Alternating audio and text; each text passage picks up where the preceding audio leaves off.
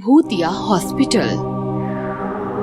बहुत समय पहले किसी शहर में एक हॉस्पिटल हुआ करता था। असल में ये एक भूतिया हॉस्पिटल था, जहाँ के डॉक्टर और नर्सें सभी भूत थे। वो हॉस्पिटल में आने वाले पेशेंट का इलाज करने के बहाने उन्हें ऑपरेशन थिएटर में ले जाते और फिर उन्हें मारकर उनका दिल खा जाते। आपने इन्हें हॉस्पिटल लाकर बहुत अच्छा किया। अब आप चिंता मत कीजिए, डॉक्टर साहब इनका अच्छे से इलाज करेंगे। ये कहकर वार्ड बॉय जख्मी आदमी को स्ट्रेचर पर अंदर ले गया। लेकिन कुछ समय बाद वार्ड बॉय वापस आया और बोला, माफ करना, जिस आदमी को आप लाए थे वो नहीं बच सका। लेकिन उसको तो बस पैर पर चोट आई थी। पैर पर चोट लगने से कैसे कोई मर सकता है? पता नहीं, लेकिन डॉक्टर ने उसे बचाने की पूरी कोशिश की थी। वार्ड बॉय की बात सुनकर वो दोनों आदमी वहाँ से चले गए और वार्ड बॉय अंदर ऑपरेशन थिएटर में आ गया। डॉक्टर साहब, मैंने उन आदमियों को भेज दिया है। अब हम आराम से इस आदमी को खा सकते हैं। बस ऐसे ही लोग हमारे पास इलाज के लिए आते रहे और हम उनका दिल खाकर रोज पार्टी करते रहे। बहुत महीनों तक ऐसे ही चलता रहा। फिर एक दिन मोहित नाम का आदमी अपने पिताजी को लेकर हॉस्पिटल आया। डॉक्टर साहब, मेरे पिताजी के सीने में दर्द हो रहा है, आप जल्दी से इनका इलाज कर दीजिए। लगता है इनका जल्द से जल्द ऑपरेशन करना पड़ेगा। ऑपरेशन? लेकिन इनके सीने में तो मामूली सा दर्द है। सीने का कोई भी दर्द मामूली नहीं होता। आप यहीं इंतजार कीजिए, मैं अभी इन्हें ऑपरेशन थिएटर ले जाकर इनका इलाज करता हूँ। वार्ड बॉय और डॉक्टर मोहित के पिताजी को ऑपरेशन थिएटर ले गए। फिर कुछ देर बाद डॉक्टर और वार्ड बॉय मोहित के पास आए और बोले, माफ कीजिएगा, हम आपके पिताजी को नहीं बचा सके। क्या? लेकिन उन्हें तो मामूली सा दर्द था। मैंने आपसे पहले भी कहा था, सीने का कोई भी दर्द मामूली नहीं होता।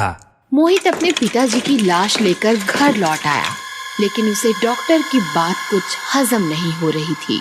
दाल में जरूर कुछ काला है। मेरे पिताजी ऐसे नहीं मर सकते। मैं इस रहस्य का पता लगाकर ही रहूंगा। ये सोचकर वो अगले दिन हॉस्पिटल पहुंचा और चुपके से ऑपरेशन थिएटर में छुप गया। अब देखता हूँ ये डॉक्टर कैसे ऑपरेशन करता है। कुछ देर बाद डॉक्टर, नर्सेज और वार्ड बॉय एक पेशेंट के साथ ऑपरेशन थिएटर में आए। चलो इसका इलाज शुरू करते हैं। डॉक्टर के ऐसा कहते ही सभी अपने भूतिया रूप में आ गए। ये देखकर मोहित डर से कांपने लगा। ये सब तो भूत है। चलो जल्दी से इसका दिल निकालते हैं। मजा आ गया। मुझे इंसानों का दिल बहुत स्वादिष्ट लगता है। थोड़ा हमें भी खिलाइए डॉक्टर साहब। लो, तुम भी खाओ और तुम भी लो। भूतों को इंसानी दिल खाते देख मोहित को उल्टी आ गई और भूतों ने उसे देख लिया। तुम यहाँ क्या कर रहे हो? मुझसे गलती हो गई, मैं यहाँ गलती से आ गया, मुझे जाने दो। ठीक है, चले जाओ, बस अपना दिल हमें दे जाओ। अगर तुम मुझे जाने दोगे तो मैं एक दिल के बदले कल तुम्हें 2 दिल ला कर दूंगा। क्या? 2 दिल? हाँ, मैं कल 2 इंसानों को तुम्हारे लिए लेकर आऊंगा। एक के बदले 2? ठीक है, लेकिन याद रखना, अगर तुम कल नहीं आए तो। नहीं, मैं कल जरूर आऊंगा। ऐसा कहकर मोहित अपनी जान बचाकर भूतिया हॉस्पिटल से निकल आया। आज तो बच गया, लेकिन कल इन भूतों के लिए मैं 2 आदमी कहाँ से लाऊंगा? वो ये सोचता हुआ अपने घर की तरफ जा रहा था, तभी उसने सामने दीवार पर लिखा देखा, बंगाली तांत्रिक किसी भी तरह के भूत प्रेत के इलाज के लिए संपर्क करें। एक बार इस तांत्रिक से मिलकर देखता हूँ। मोहित तांत्रिक के पास गया और उसने तांत्रिक को सारी बात बताई। चिंता मत कर बेटा, तेरी चिंता आज से मेरी हुई। अब देख मैं उन भूतों का क्या करता हूँ। अगले दिन मोहित भूतिया हॉस्पिटल पहुंचा। तुमने तो कहा था तुम 2 इंसान लेकर आओगे। बताओ कहाँ है 2 इंसान? जल्दी बताओ, हमें बहुत जोर से भूख लग रही है। जल्दी बताओ, भूख लगी है। 2 इंसान नहीं, मैं तुम्हारे लिए एक बहुत ताकतवर तांत्रिक लाया हूँ। तो तुम हो वो चारों भूत। तांत्रिक, तुमने मेरे साथ चीटिंग की है। चीटिंग तो तुम लोगों के साथ करते हो, इलाज का बहाना बनाकर उनका दिल खाते हो। अब तुम्हें तुम्हारे कर्मों की सजा मिलेगी। तभी तांत्रिक ने एक बहुत ताकतवर मंत्र पढ़ा। तंत्र मंत्र तंत्र, चारों भूत बोतल में बंद। तांत्रिक के ऐसा कहते ही चारों भूत तांत्रिक की बोतल में आ गए।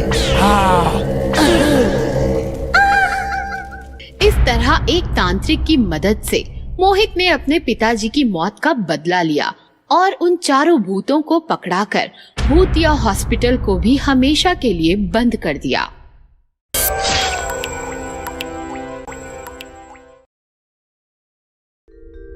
भूतिया टैक्सी।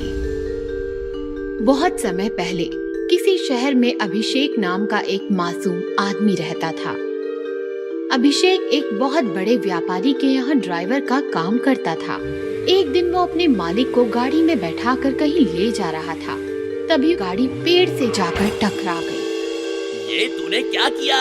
तूने मेरी CMW गाड़ी ठोक दी। तू जानता है ये कितनी महंगी आती है? मैं तुझे अभी नौकरी से निकालता हूँ। ये कहकर मालिक गाड़ी लेकर वहाँ से चला गया। अचानक नौकरी चले जाने पर अभिषेक बहुत दुखी हुआ। वो वहीं उसी पेड़ के नीचे बैठकर रोने लगा।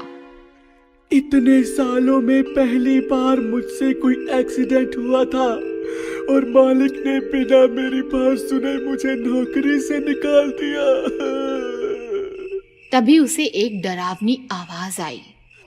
नीचे आदमी, ऊपर भूत, वाह काली रात, बहुत खूब। ये सुनकर अभिषेक डर गया। कौन है?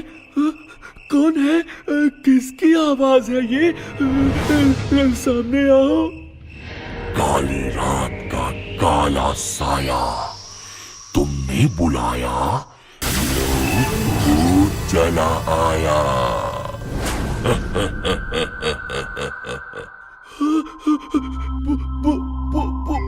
भूत? तो पीपल के पेड़ से भूत नहीं तो क्या आम टपकेंगे?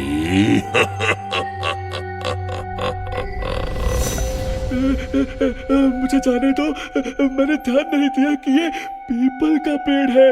मुझे पता होता तो मैं कभी इस पीपल के पेड़ के नीचे नहीं बैठता।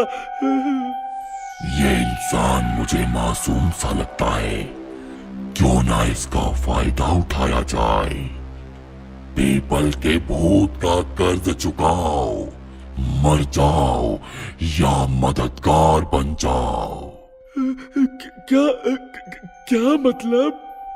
मतलब ये कि या तो मैं तुम्हें अभी खा जाऊं या फिर हम एक दूसरे के मददगार बन जाएं। तुम मेरी मदद करो और मैं तुम्हारी मदद करूं। वो कैसे? मैंने सुना है तुम्हें तुम्हारे मालिक ने नौकरी से निकाल दिया, तो मैं तुम्हें नौकरी दिला देता हूँ और इसके बदले में तुम मेरी भूख मिटाओगे। लेकिन मुझे तो गाड़ी चलाने के अलावा कुछ नहीं आता। ठीक है, तो मैं तुम्हारी टैक्सी बन जाता हूँ। तुम सारा दिन टैक्सी चलाकर पैसे कमाना और हर रात मैं एक सवारी खाऊंगा। मैं ये नहीं कर सकता। ठीक है, तो मैं तुम्हें अभी खा लेता हूँ। मैं ये कहाँ फंस गया? मुझे इसे हाँ कहना ही पड़ेगा, नहीं तो ये मुझे अभी खा जाएगा। ठीक है, मुझे मंजूर है। अब तुम चलाओगे भूतिया टैक्सी और मैं खाऊंगा सवारियां। अगले दिन से अभिषेक भूतिया टैक्सी चलाने लगा। अब वो सारा दिन सवारियों से पैसे कमाता और रात होने पर आखिरी सवारी को एक सुनसान सड़क पर ले जाता। क्या हुआ? तुमने इस सुनसान सड़क पर टैक्सी क्यों रोक दी? माफ करना बहन जी, लेकिन अब मेरी टैक्सी का खाने का टाइम हो गया है। क्या मतलब? मतलब ये कि अब मैं तुम्हें खाऊंगा। अचानक भूतिया टैक्सी अपने असली भूत वाले रूप में आ गई। और भूत ने उसे खा लिया। ऐसे ही कुछ महीने बीत गए।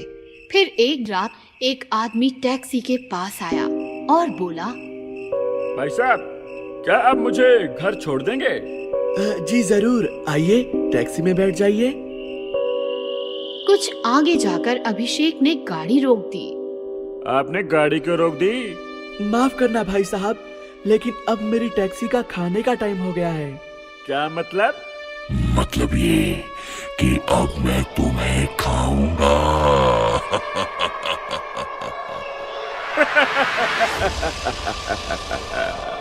तुम हंस क्यों रहे हो?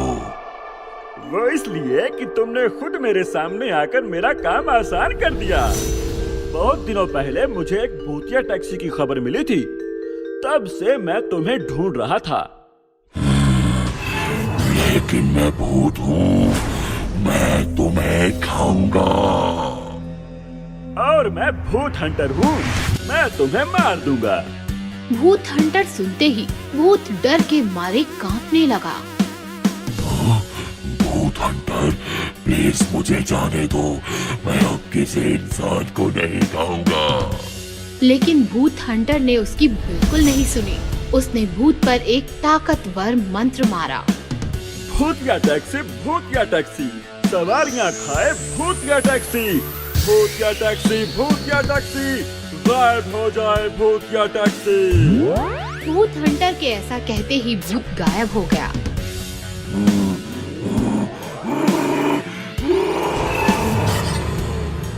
तभी अचानक अभिषेक जोर जोर से रोने लगा। मुझे माफ कर दो भूत हंटर। उस भूत ने कहा था कि अगर मैं उसकी बात नहीं मानूंगा तो वो मुझे खा जाएगा। मैं जानता हूँ ये भूत बहुत चालाक होते हैं, इसलिए मैं तुम्हें कुछ नहीं कहूँगा, तुम जा सकते हो। इस तरह भूत हंटर ने भूतिया टैक्सी का रहस्य खत्म किया और अभिषेक को भी उस भूत के जाल से छुड़ाया।